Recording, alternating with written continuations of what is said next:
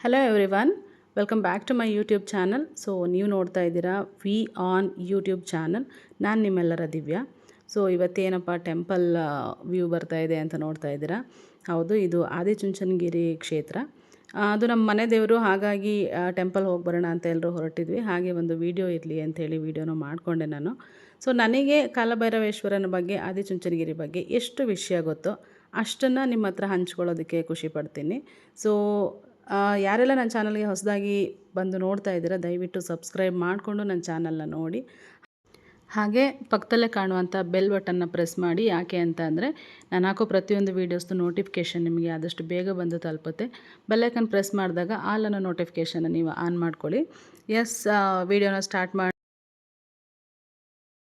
ಮಾಡೋಣ. ಸೊ ಈ ಕ್ಷೇತ್ರದ ಒಂದು ಕ್ಷೇತ್ರ ಪಾಲಕನೇ ಕಾಲಭೈರವೇಶ್ವರ. ಇಲ್ಲಿ ಇರುವಂತಹ ಹೊಂಡವನ್ನು ಬಿಂದು ಸರೋವರ ಅಂತ ಹೇಳಿ ಕರೀತಾರೆ. ಹಾಗೆ ಕಾಲಭೈರವೇಶ್ವರನ ವಾಹನಗಳು ಬಂದು ಶ್ವಾನಗಳು. ಸೊ ಈ ಶ್ವಾನಗಳಿಗೆ ಪ್ರತಿ ರಾತ್ರಿ ಒಂದು ವಿಶೇಷವಾದ ಪೂಜೆಯನ್ನು ಇಲ್ಲಿ ಮಾಡಲಾಗುತ್ತೆ. ಸೊ ಇಲ್ಲಿ ತುಂಬ ಮಕ್ಕಳುಗಳು ಎಲ್ಲ ರೆಡಿಯಾಗಿದ್ದರು, ಡ್ಯಾನ್ಸ್ಗೆ ಪ್ರೋಗ್ರಾಮ್ಸಿಗೆ ರೆಡಿ ಆಗಿರೋ ಥರ ಇದ್ದರು. ಯಾಕೆ ಅವತ್ತಿಂದ ಏನು ವಿಶೇಷ ಅನ್ನೋದೇ ಗೊತ್ತಿರಲಿಲ್ಲ ನನಗೆ. ಏನಪ್ಪ ಪಟ್ಟಾಭಿಷೇಕ ಇವತ್ತಿದೆಯಾ? ಗಣಪತಿ ದೇವಸ್ಥಾನದಿಂದ ಒಂದು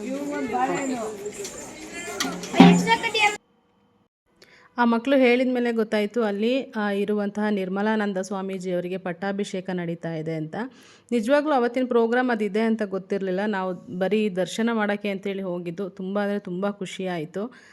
ಇಲ್ಲಿ ನೋಡಿ, ಈ ಲೈನ್ಸ್ ಎಷ್ಟು ಚೆನ್ನಾಗಿದೆ ನೋಡಿ.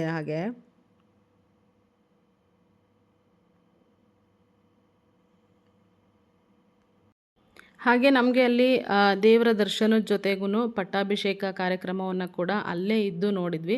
ತುಂಬ ಅಂದರೆ ತುಂಬಾ ಖುಷಿಯಾಯಿತು. ಒಂಥರ ಬ್ಲೆಸ್ಸಡ್ ಡೇ ಅಂತಲೇ ನನಗೆ ಅನ್ನಿಸ್ತು ಅವತ್ತು. ಸೊ ಇದ್ರ ಬಗ್ಗೆ ಒಂದು ಚಿಕ್ಕ ಹಿಸ್ಟ್ರಿ ನೋಡೋದಾದರೆ, ಕಾಲಭೈರವೇಶ್ವರನ ಹಿಸ್ಟ್ರಿ ನೋಡೋದಾದರೆ, ನಾನೇನು ತಿಳ್ಕೊಂಡಿದ್ದೀನಿ, ನನಗೆ ನಮ್ಮ ಮನೆಯಲ್ಲಿ ನಮ್ಮ ಅಜ್ಜಿ ನಮ್ಮಮ್ಮ ಏನು ಹೇಳಿದ್ದಾರೆ ಅದನ್ನು ನಿಮ್ಮ ಜೊತೆ ಶೇರ್ ಮಾಡ್ತೀನಿ. ಸೊ ಕಾಲಭೈರವೇಶ್ವರ ಅಂತ ಅಂದರೆ ರಾಕ್ಷಸ ಸಂಹಾರಾರ್ಥವಾಗಿ ವಿಷ್ಣು ಮೋಹಿನಿಯನ್ನ ರೂಪವನ್ನು ತಾಳಿರ್ತಾರಂತೆ. ಸೊ ಮೋಹಿನಿ ರೂಪ ತಾಳಿ ಆ ಕಾರ್ಯವನ್ನು ಮುಗಿಸಿ ಸ್ವಧಾಮಕ್ಕೆ ಹಿಂದಿರುಗುವಾಗ ಅಲ್ಲಿ ಶಿವನು ಆ ಮೋಹಿನಿಯ ಸೌಂದರ್ಯಕ್ಕೆ ಮನಸೋತು ವ್ಯಾಮೋಹಕ್ಕೆ ಒಳಗಾಗಿ ಶಿವನ ಸಂಬಂಧದಿಂದ ಮೋಹಿನಿ ಗರ್ಭಿಣಿ ಆಗ್ತಾಳಂತೆ.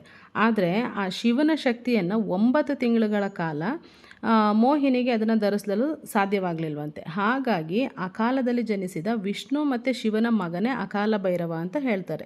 ಸೊ ಅಕಾಲ ಭೈರವ ಇದೇ ಹೆಸರು ಮುಂದೆ ಹೋಗ್ತಾ ಏನಾಗುತ್ತೆ, ಕಾಲಭೈರವ ಅಂತ ಪ್ರಸಿದ್ಧಿಯನ್ನು ಪಡ್ಕೊಳ್ಳೋದಂತೆ. ಕಾಲಭೈರವ ಅಂತಂದರೆ, ಕಾಲ ಅಂದರೆ ನಮ್ಮೆಲ್ರಿಗೂ ಗೊತ್ತು ಸಮಯ ಅಂತ.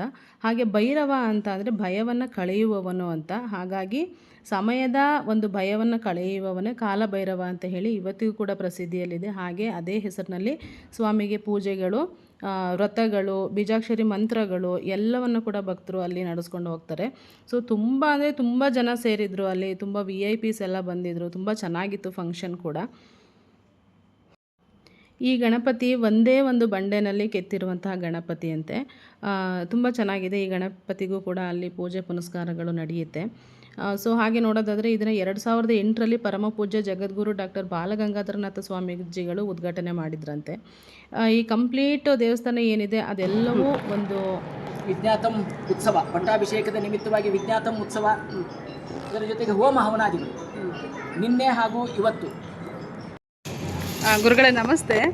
ಇವತ್ತು ಅನ್ಎಕ್ಸ್ಪೆಕ್ಟೆಡಾಗಿ ಇಲ್ಲಿಗೆ ಬಂದಿದ್ದಾಯಿತು. ತುಂಬ ಒಳ್ಳೆ ದಿನ ಬಂದಿದ್ದೀನಿ ಅಂತ ನನಗೆ ಅನ್ನಿಸ್ತಾ ಇದೆ. ಸೊ ಈ ಮಹೋತ್ಸವ ಏನು ನಡೀತು ಅದ್ರ ಬಗ್ಗೆ ನೀವು ಮಾತಾಡ್ಬೋದು, ಅದರ ಅಭಿಪ್ರಾಯದ ಬಗ್ಗೆ ಯಾವ ಥರ ಏನು ಅಂತ. ಓಕೆ. ತೀಕ್ಷ್ಣ ಮಹಾಕಾಯ ಕಲ್ಪಾಂತದ ಹನೋಪಮ ಭೈರವಾಯ ನಮಸ್ಕೃತ್ಯಂ ಅನುಜ್ಞಾಂ ದಾತುಮರ್ಹಸಿ ಆಪಾದ ಮೌಲ್ಯ ಪರ್ಯಂತಂ ಗುರುಣಾಂ ಆಕೃತಿ ಸ್ಮರೇತ್ ತೇನ ವಿಘ್ನಾಃ ಪ್ರಣಶ್ಯಂತಿ ಸಿದ್ಧ್ಯಂತಿ ಚ ಮನೋರಥಾಃ.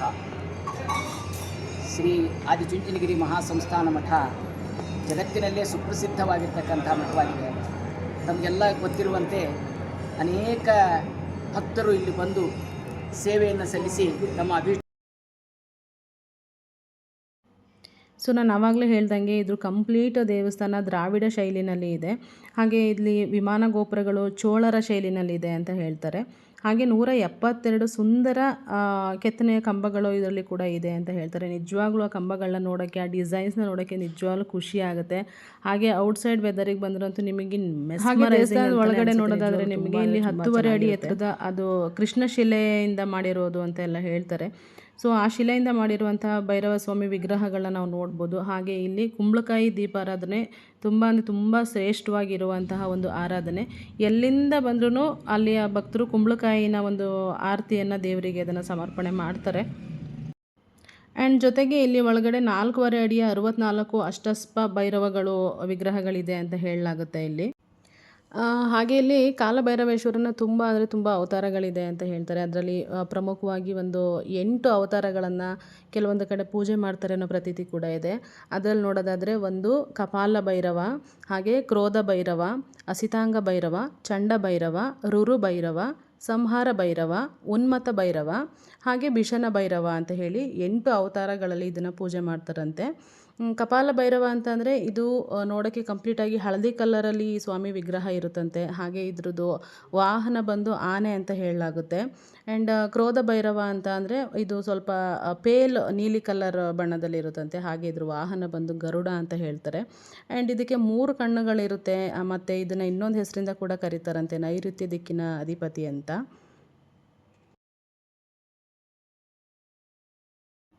ಹಾಗೆ ಇನ್ನೊಂದು ಅಸಿತಾಂಗ ಭೈರವ ಅಂತ ಹೇಳಿ, ಸೊ ಇದು ಕೊರಳಲ್ಲಿ ತಲೆಬುರುಡೆ ಹಾರವನ್ನು ಹಾಕಿರುವಂತಹ ಒಂದು ರೂಪದಲ್ಲಿ ಇರ್ತಾರೆ ಇವರು.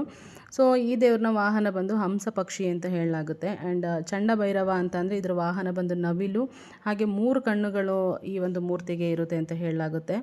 ಆ್ಯಂಡ್ ನೆಕ್ಸ್ಟ್ ಬಂದು ರುರು ಭೈರವ ಅಂತ ಹೇಳಿ, ಈ ಸ್ವಾಮಿಯ ಒಂದು ವಾಹನ ಬಂದು ಗೂಳಿ ಅಂತ ಹೇಳ್ತಾರೆ. ಆ್ಯಂಡ್ ಹಾಗೆ ಈ ವಿಗ್ರಹ ಒಂದು ಬೆತ್ತಲೆ ರೂಪದಲ್ಲಿ ಇರುತ್ತೆ ಅಂತಲೂ ಕೂಡ ಇದನ್ನು ಹೇಳಲಾಗುತ್ತೆ. ನೆಕ್ಸ್ಟ್ ಬಂದು ಸಂಹಾರ ಭೈರವ ಅಂತ, ಇದು ಹಾಗೆಯೇ ಅವರ ತಲೆ ಮೇಲೆ ಒಂದು ತಲೆ ಬುರುಡೆಯನ್ನು ಇಟ್ಕೊಂಡಿರುವಂತಹ ರೂಪದಲ್ಲಿ ಇರ್ತಾರಂತೆ. ಇದರ ವಾಹನ ಬಂದು ಶ್ವಾನ ಅಂತ ಹೇಳಿ ಹೇಳ್ತಾರೆ. ಹಾಗೆ ಇನ್ನೊಂದು ನೋಡೋದಾದರೆ ಭೀಷಣ ಭೈರವ ಅಂತ ಹೇಳಿ, ಸೊ ಈ ಒಂದು ವಿಗ್ರಹದ ಈ ಸ್ವಾಮಿಯ ಒಂದು ವಾಹನ ಬಂದು ಸಿಂಹ ಅಂತ ಹೇಳ್ತಾರೆ. ಇನ್ನೂ ಹಲವಾರು ಇದ್ರದ್ದು ಅವತಾರಗಳು, ದೇವ್ರದ್ದು ಅವತಾರಗಳು ನಿಜವಾಗ್ಲೂ ಇದ್ದಾವೆ. ಸಾಧ್ಯ ಆದರೆ ಮುಂದಿನ ವೀಡಿಯೋದಲ್ಲಿ ಎಲ್ಲವನ್ನು ಕೂಡ ನಾನು ಎಕ್ಸ್ಪ್ಲೈನ್ ಮಾಡ್ತೀನಿ. ಹಾಗೆ ಇಲ್ಲಿ ಒಂದು ಕುಂಬಳಕಾಯಿ ದೀಪಾರಾಧನೆ ತುಂಬ ಮುಖ್ಯ. ಯಾರೆಲ್ಲ ನನ್ನ ಚಾನಲ್ನ ನೋಡ್ತಾ ಇದ್ದೀರಾ, ನೀವು ಒಂದ್ಸರಿ ವಿಸಿಟ್ ಮಾಡಿ ದೇವ್ರ ದರ್ಶನ ಮಾಡಿಕೊಂಡು ಈ ಒಂದು ಕುಂಬಳಕಾಯಿ ಆರತಿನ ದೇವರಿಗೆ ನೆರವೇರಿಸಿ ಬನ್ನಿ ಅಂತ ಹೇಳ್ತೀನಿ. ಆ್ಯಂಡ್ ಅಲ್ಲಿಯ ಒಂದು ಗುರುಗಳು ತುಂಬ ಚೆನ್ನಾಗಿ ಇದ್ರ ಬಗ್ಗೆ ಮಾತಾಡಿದ್ದಾರೆ. ಅದನ್ನು ನೆಕ್ಸ್ಟ್ ವೀಡಿಯೋದಲ್ಲಿ ಅಪ್ಲೋಡ್ ಮಾಡ್ತೀನಿ. ಮತ್ತೆ ಮುಂದಿನ ವೀಡಿಯೋದಲ್ಲಿ ಸಿಗ್ತೀನಿ. ಅಲ್ಲಿವರೆಗೂ ಟೇಕ್ ಕೇರ್, ಬಾಯ್.